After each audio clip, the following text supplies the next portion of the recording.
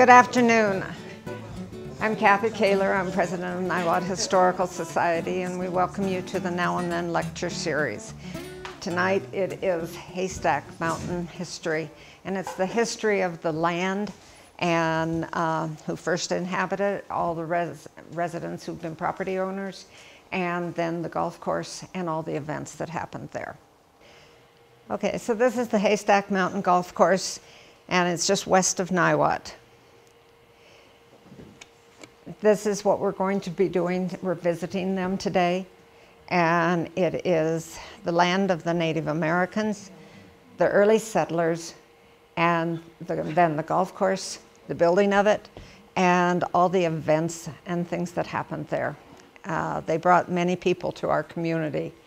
So this was the land mostly in Niwot area by Arapaho and Cheyenne, but there were Omaha and Utes were in Boulder. Boulder was very heavy with Utes. And so this is 1790 to 1800. Then the Arapaho and Cheyenne moved here. And 1803 was the Haystack Mountain became a U.S. geological survey point.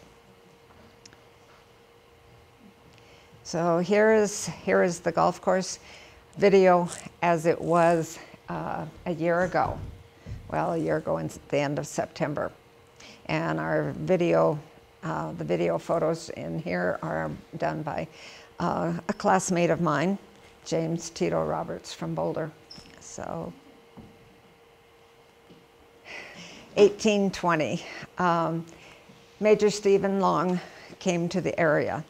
He was an explorer, and he was military, and he was assigned to map the territories.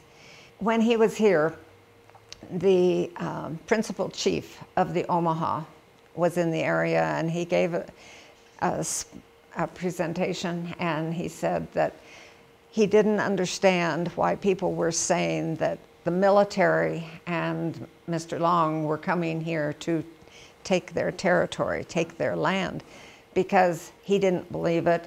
He didn't believe it because the land was not inhabitable. There's no trees, so therefore there's no wood for building cabins. There's no water, so people, animals, or crops can't grow. And that was confirmed, and that's why we were called the Great American Desert. In 1833, the fur traders came. On the right, you'll see one of our archived items from Judy Gould Dayhoff, who is here. She was rummaging through some things and found this in her father's items, and this was a fur trader. Reverend Taylor was a fur trader. He was the one who worked with the Cowan company in Iowa, and he'd collect the furs and send them back. 1848 was the end of the Mexican-American War. 1851 was the Treaty of Fort Laramie.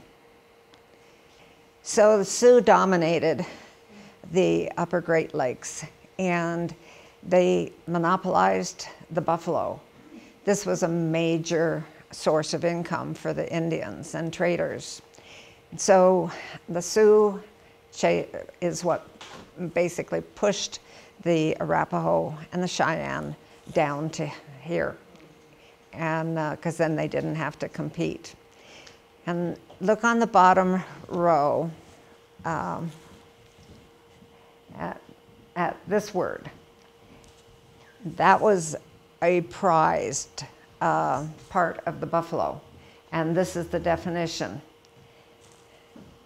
And it was tallow, dried and powdered meat mixed with berries, and the berries varied because of where they were. And this was a high caloric treat, and they had it at the Indians had them at meals. And it just does not sound appetizing to me. So the Treaty of Fort Laramie basically allowed the the Cheyenne and Arapaho to be in the southernmost part. And so that was considered their territory. That treaty, like many others, did not last very long. So this is the first known photo, drawing of the Front Range. And here's little old Haystack over here on the bottom right. And this was the Geological Survey. These are your elevations, in case you want to know where you are and what the elevation is. And the thin air that we have, you can find out. So then it was, in 1849, was the gold rush in California. That's why they're called 49ers. 1859 was Colorado. And so some people refer to it as the 59ers gold rush. And that's why they didn't miss it by 10 years, because you just mostly hear the 49ers. So in 1859, then the survey completed for the 40th parallel. You are all familiar what the 40th parallel is? No. That's Baseline Road in Boulder. It is the 40th parallel. So 1861 was the Treaty of Fort Wise. Fort Wise Treaty basically pushed the Indians from the territory over here by Haystack or in Boulder County to southeast Colorado. That also, because of this treaty, the government was able to come in and allow settlers to actually have claims on the land. And then, of course, we know what happened in southeast Colorado. In 1864, the Arbuthnot family put forth a claim to 160 acres at Haystack in 1864. November 14th was the very tragic Sand Creek Massacre. In 1873, the tracks were laid out here at Niwot, and it was connecting Boulder City to the Intercontinental Railroad in Cheyenne that ran through Cheyenne. And so it was a very important part of Niwot's history to have the railroad tracks, because that meant the farmers could put produce on and take them instead of having to haul them in on wagons. They would get to market fresher, quicker. It also meant that people could come here. And when settlers came to Niwot in those days, they could be on the train, get off the train with their couple suitcases, and then all of their belongings could be on another car, and they could pull that to a side rail, and they'd have it there for a month or so until they found wherever they were going to live, and then they could start unloading them. So that also is the year that the left-hand grange was formulated. It was across the Batchelder Schoolhouse, across the diagonal, but and it was 1945 when they bought this building and came to Niwot. 1875, Niwot is platted, and so it was by Porter T. Hinman, whose portrait is over there in the corner by the piano, and Ambrose S. Murray. That was basically on Porter T. Hinman's land that the platting happened. And he had a street named after him on the other side of the railroad tracks. But we only have Murray Street here after Ambrose Murray. And then 1876, our wonderful state was formulated on August 1st. So here you go. This was only a year ago, but it still looks very desolate, doesn't it? Like if you were 300 feet in the air atop Haystack Mountain, you'd be able to see all over. So this is Chief Niwot's Arapaho name, in case you did not know that.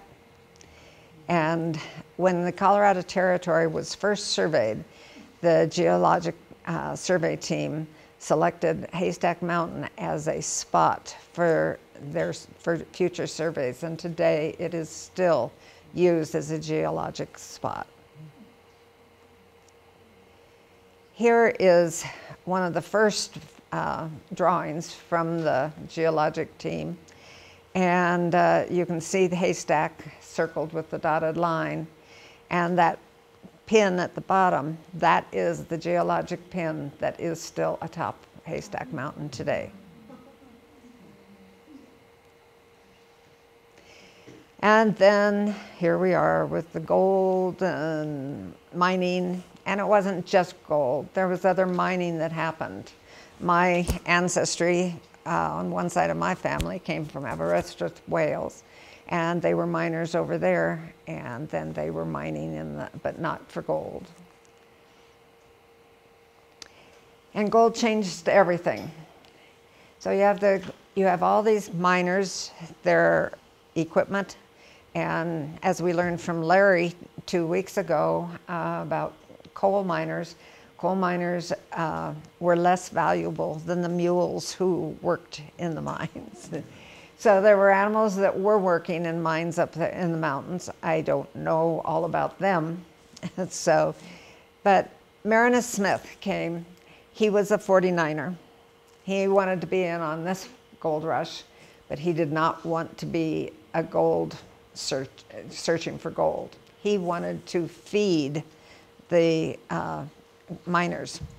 So what he did, what is so important about what he did, was that he dug the first tributary off of Boulder Creek and dug a ditch, and then he could plant and grow food, and they had water and they had animals.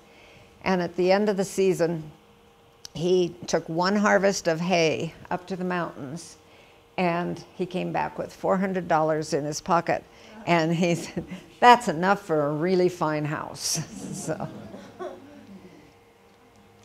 So in just a few months and decades, Boulder had gone from vast open spaces and seasonal territories of our indigenous people to having many settlers and other inhabitants around here. This is the Affolter cabin. It was out at Haystack. It was one of the first cabins, and it is now in Longmont. The Longmont Historical Society had permission from the Dodd brothers, and then the Niwot Men's Club moved the cabin to Longmont, and their group refurbished it to what they felt it was, in those days.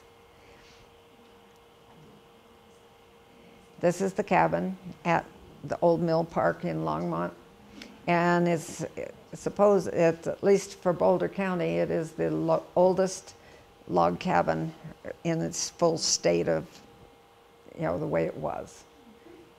So they preserved it very well. One of the first landowners and settlers in the area was William Carson Arbuthnot. Carson William Arbuthnot, excuse me. And he brought 4 sons and a son-in-law, and they mined, but then when they couldn't be in the mines, they were down at Haystack, and that's where they settled. William was one of the sons, and William didn't want to mine anymore, so he received a military purchase for settlement, and so he bought 160 acres there at Haystack Mountain. And he married his neighbor, Mary Elizabeth Bader Arbuthnot. And the Baders are a very famous family in Niwot, and other Baders had the home across the catty corner across the street here. And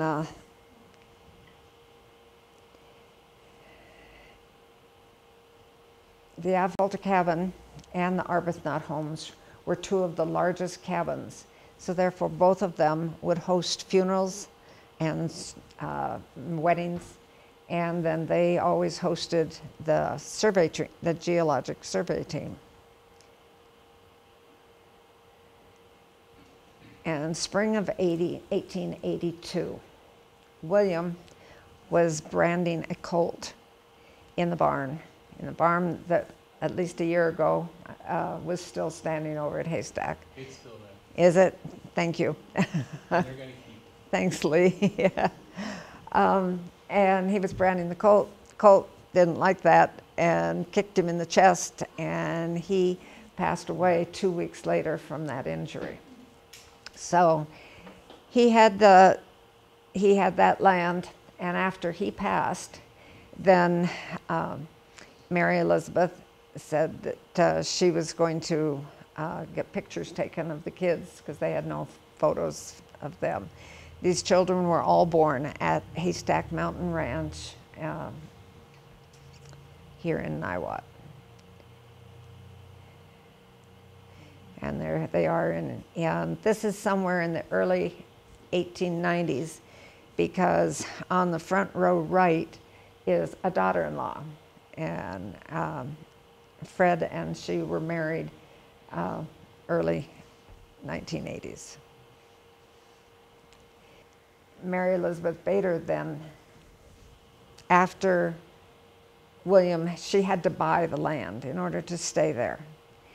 So she bought the land, but she also sold some other items in order to buy 80 acres more. And that became the 240 acres of Haystack Mountain Golf Course. And it was $1.25 an acre. But, you know, in those days, that was a lot of money too. So then the next owners, so William Carson was 1864. And then Mary Elizabeth bought the land in 1882 after he passed. In 1924, Guy Dodd purchased the property. So Guy Dodd was a teller at the Niwot's First National Bank. In 1935, Fred and Emma Pounds purchased the land.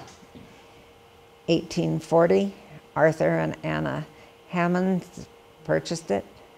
Then Holland and Pearl Payne, and the daughters told me that when they moved in, there was a very established perennial bed that Pearl Payne had planted, and it may be the basis of the garden that they had at the golf course.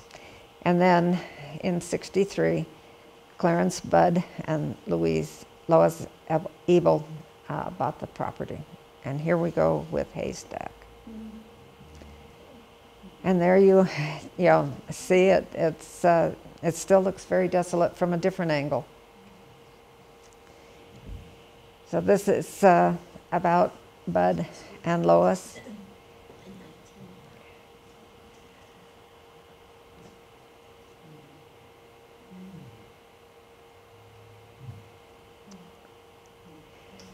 So it opened on July 5th in 1966.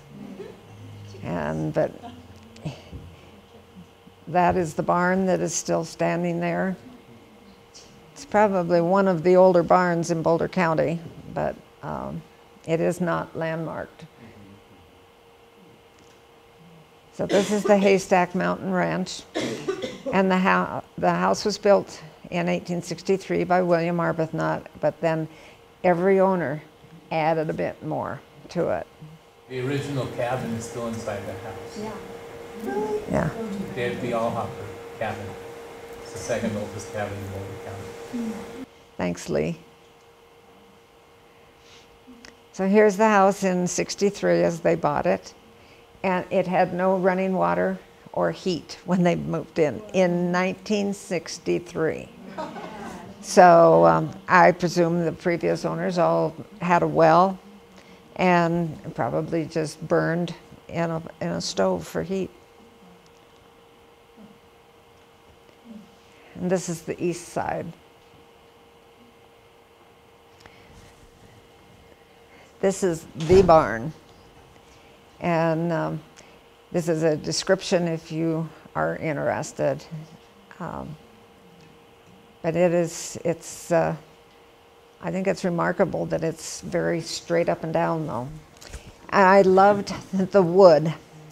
And so I got up close, and Patrick on the video team was out there taking photos with me this one day, and he was the one who saw on the right side the ring. And so, you know, you go with your storytelling, who all was hooked to that ring and who was tethered there before they went into the barn, and how long ago was it put there. You know, so it's kind of fun, but I liked the close-up grains of the wood. Oops.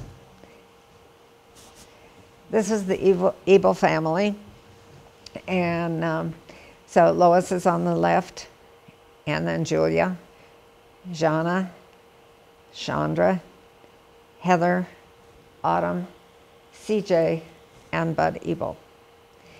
And that was in front of their fireplace, and they think it was probably, probably the 1980s. The girls were guessing at what age everybody was. And then the one on the bottom right is one that I took when we were out there a year ago. These are just a few of the family photos that they shared. The one in the very center bottom, it looks like maybe somebody was aspiring to be a young golfer. Or else it's just a stick, I'm not sure. And Lois is planting on the right of that. So here we go.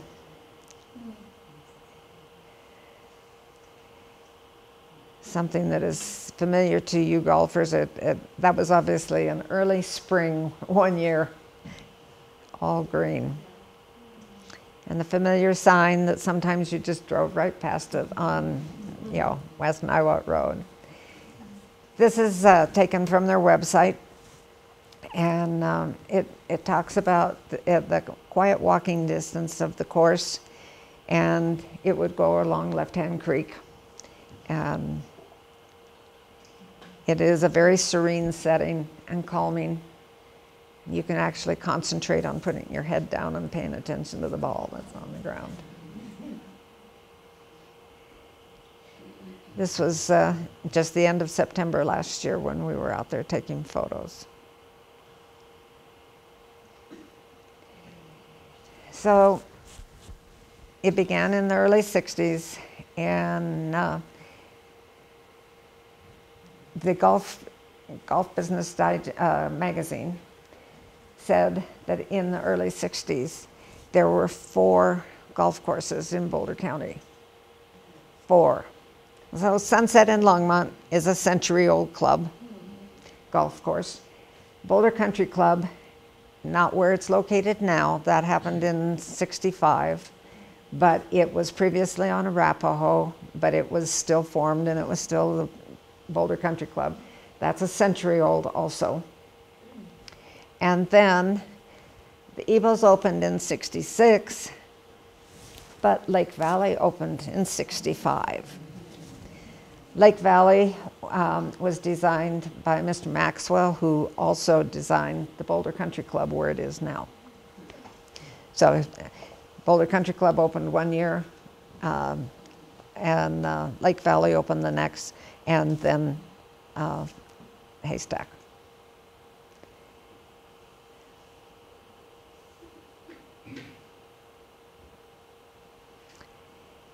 So it's resting in the shade of Haystack Mountain and all the cottonwoods out there, and of course now all the spruce have grown up, and so you've got very nice tall blue spruce in the area. And the greens were just rolling, depended upon what they didn't design it to do anything else, they just went with the flow of the land. It's flat, it's known as links in Scottish. The Scottish started golfing in the 15th century. 15th century, long time ago.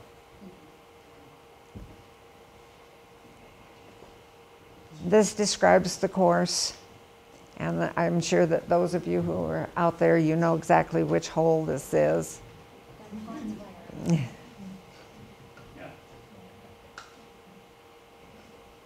And there were 5 holes that had double tees.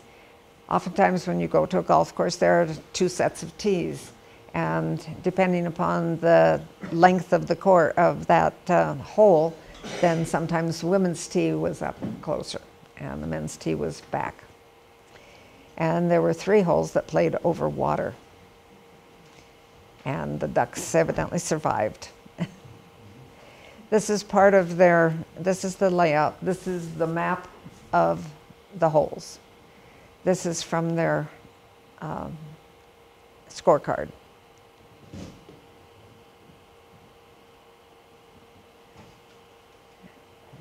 People can see where they lost their balls in the water.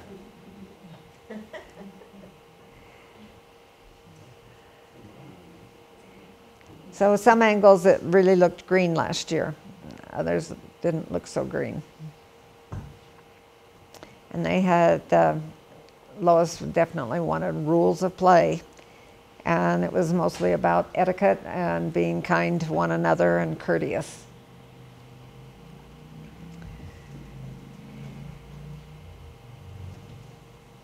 And as a public course, it didn't require, it didn't require membership. And people could actually take off from work or such and just go out there, and it was a come one, come all, and you just waited your turn. When we were out there, I think there were about 4 or 5 parties waiting to tee up, and they just had their own conversations behind the people who were teeing off, and everybody just was patient and waiting. It was a friendly golf course. And that was one of the points that Lois promoted, is you come and you want to have fun. And this was a statement that she always quoted because it came from Bobby Jones. And for those of you who are not golfers, that's why I included this part. Bobby Jones was a famous professional golfer. And he did much to promote the current way that tournaments are run, and that they still run by the Bobby Jones method. This was just a pretty full.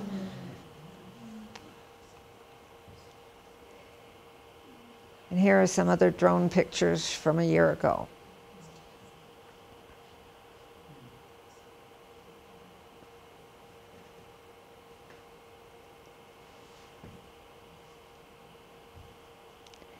Serene and quiet and walking amongst nature. It was a good way to relieve stress.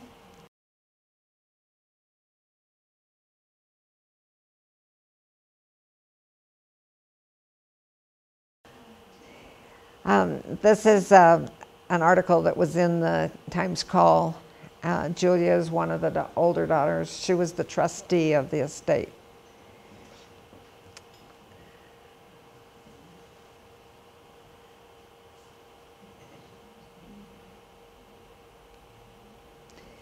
This is the Golf Business magazine. They made the cover. And Adam and Jana are on the left. Jana is one of the daughters. And then Lois and CJ is on the right. CJ was a professional golfer in North Carolina. And but there was one daughter did not graduate from Niwot High School, but all the rest of the family did. And CJ was behind the Learning Lodge, and this was his baby, and they called it the No Embarrassment Golf School, and because people can be sometimes very apprehensive about taking lessons and starting, and it was supposed to be beginner friendly and cater to anybody. So this was the Learning Lodge. And this is another picture of it. And no embarrassment golf school, and lessons to, was to those who were professionals, those who played.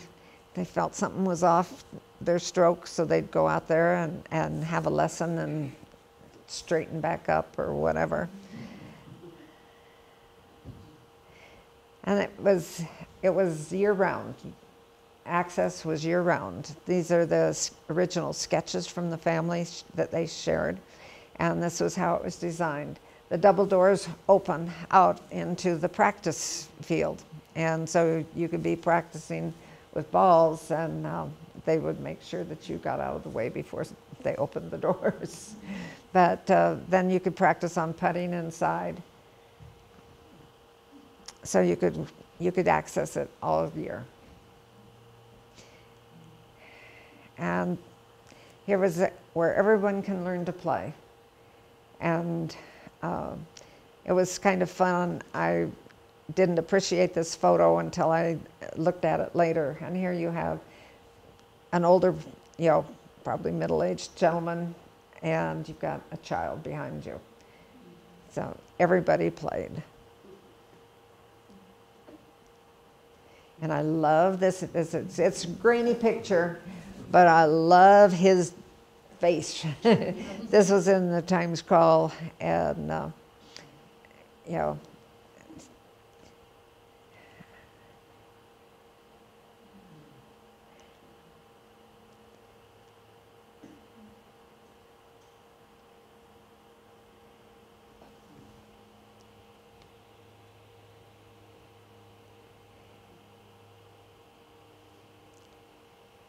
this is just the learning shed again.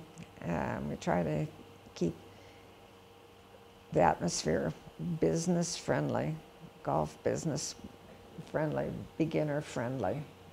That was something that Lois said all the time.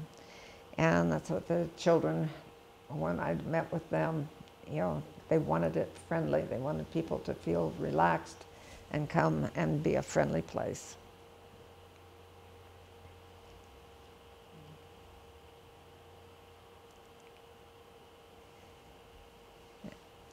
And here they are again in that magazine. Now there'll be some information about the magazine article.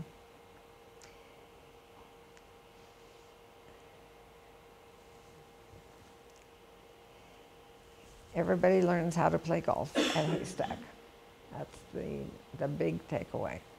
They did a really good job of it for several years, and I have heard from all walks of life, all different stages of development, where they're beginners and toddlers, and my dad, I'm certain, played out there. He passed in 67, but he was a zero handicapper, and he'd go on any golf course. So. And this was a picture that the family shared of one of the groups of the women one summer. They don't know what year this was. And then they had a junior golf school. That's quite a lineup of interested kids. But I think they probably tried their best to make sure that they had fun, and they went into golf where it's a sport that they could retain and do throughout their life.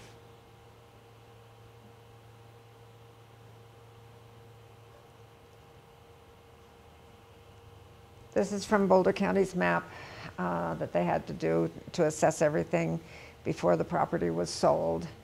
And these are all the buildings on there. And towards the bottom, there are 2 pig sheds, and they both got hauled over to Jana's property, which is somewhere near Haystack.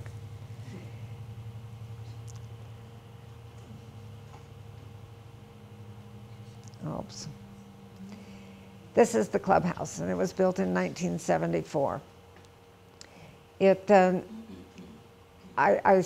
just marvel at the masonry that was done on this building.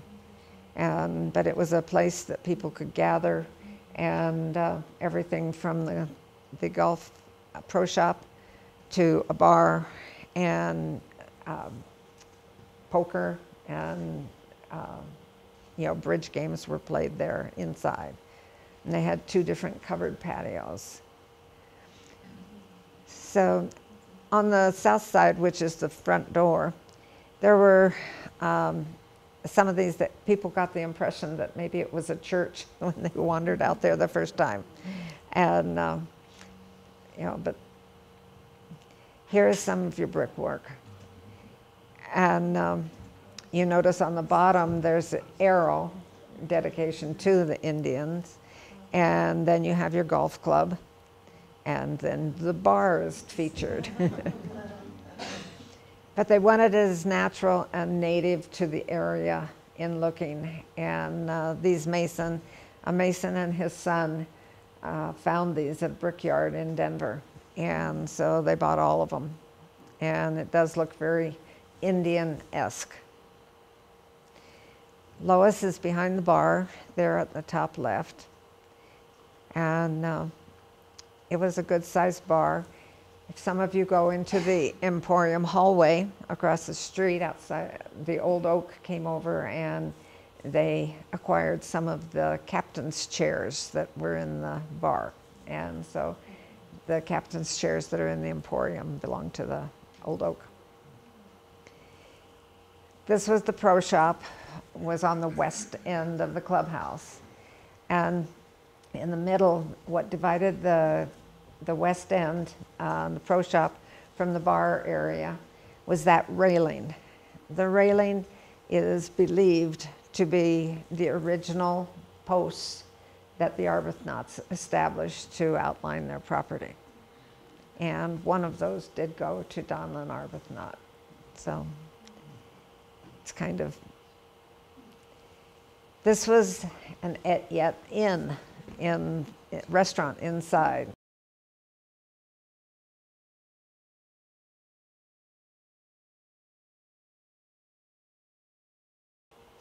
So one of the covered patios at the clubhouse is on the north side, and there could be musicians playing in there, or Donlin would go out sometimes dressed in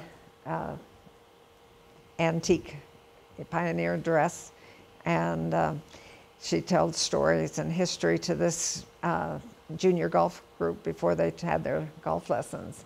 And she's also, it's kind of hard to see, but she is holding a buffalo gun that belonged to the family. This is inside a year ago in April. And that is Heather and Lois Ebel up in the top left. Lois came up with the idea of a grill night, Wednesdays. And Heather said, let's add music. So this is the left-hand beer garden, and it usually was not held inside, but sometimes when the weather predicted. So this was their garden outside, and it welcomed golfers and non-golfers alike. It was a place for everyone to go.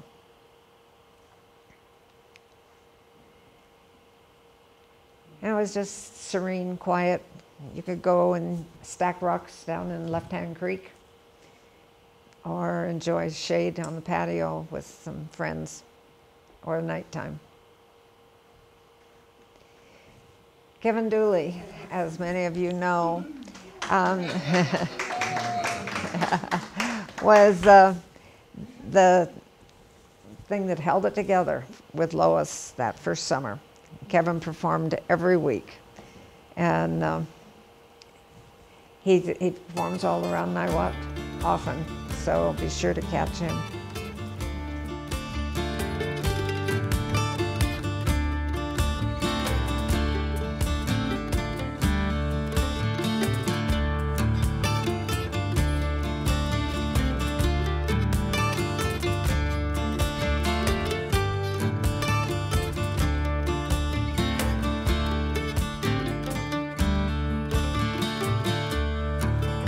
like that wood smoke on a summer evening, kinda like that song on a newborn day, kinda like that flash in the pan that swiftly swirls away,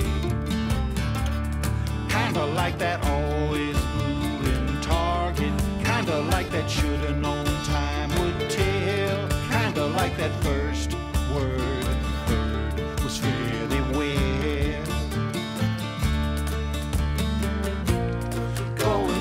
Gone down yesterday's road. Gone down yesterday's road. Kinda like that Friday, or that weekend. Kinda like that coffee on Sunday morn. Kinda like that gift of being born. Kinda like that daffodil in springtime. Kinda like that color in the fall. Kinda like that moment when we're lost in the wonder of it all. Gone down yesterday's road. Gone down yesterday's road. Kinda like that new car smell. Kinda like that top-down day. Kinda like that breathe deep. There are storm clouds on the way.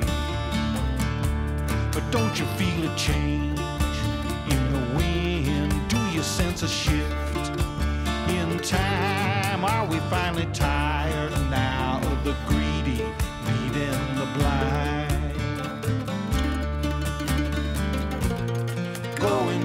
Gone down yesterday's road. When will they be? Gone down yesterday's road. Kinda like that.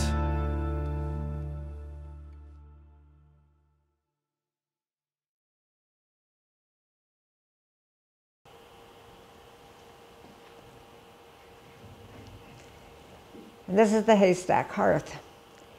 This is where the original house was.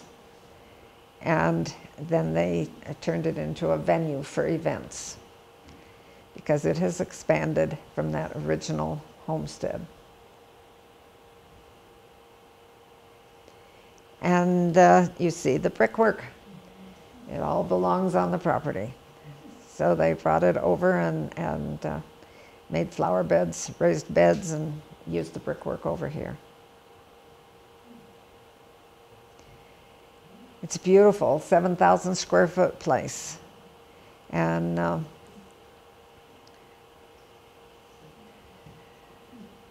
it's not the farmhouse that it first was.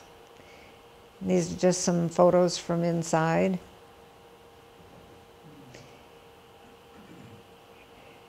And Julia made the comment that we're really proud of what we've been able to do. And it was beautiful, beautiful woodwork inside. And this is the hearth venue down by left-hand ditch. The flood of 2013 was devastating too. There was 1/3 of the golf course was underwater. And Lois did not have anything like that in her budget to hire excavation. So many farmers and neighbors with tractors and all helped.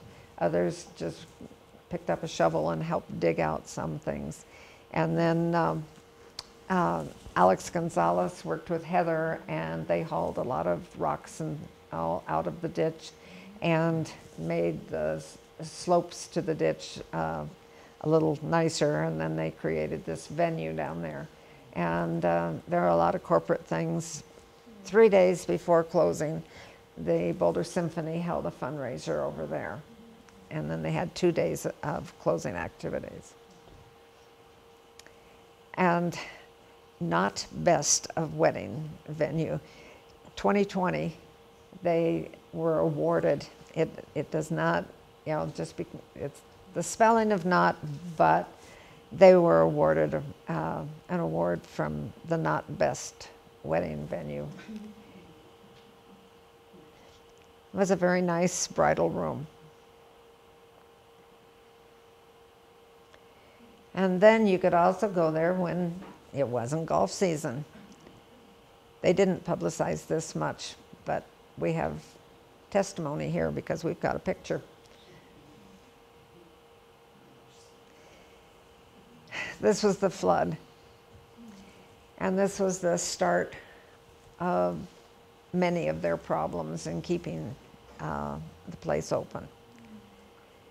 So this shows your geotechnical survey, and where if you live along a creek, you know, you're vulnerable.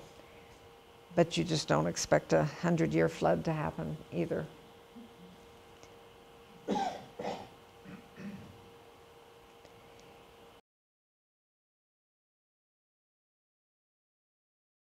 And then the awards continued.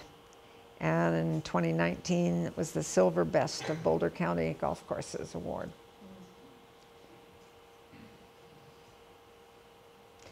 These are the items that we were given by Haystack, and we have these archived artifacts.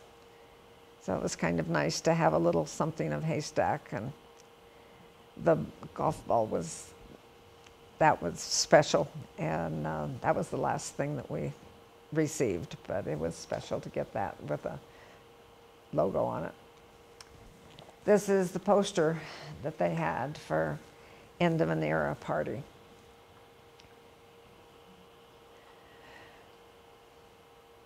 This is the closing staff. Becky is the PGA, women's PGA golf pro in the very front. And then the second from on the left is Mike Hammerstone, and who was the manager at the time. That was the staff.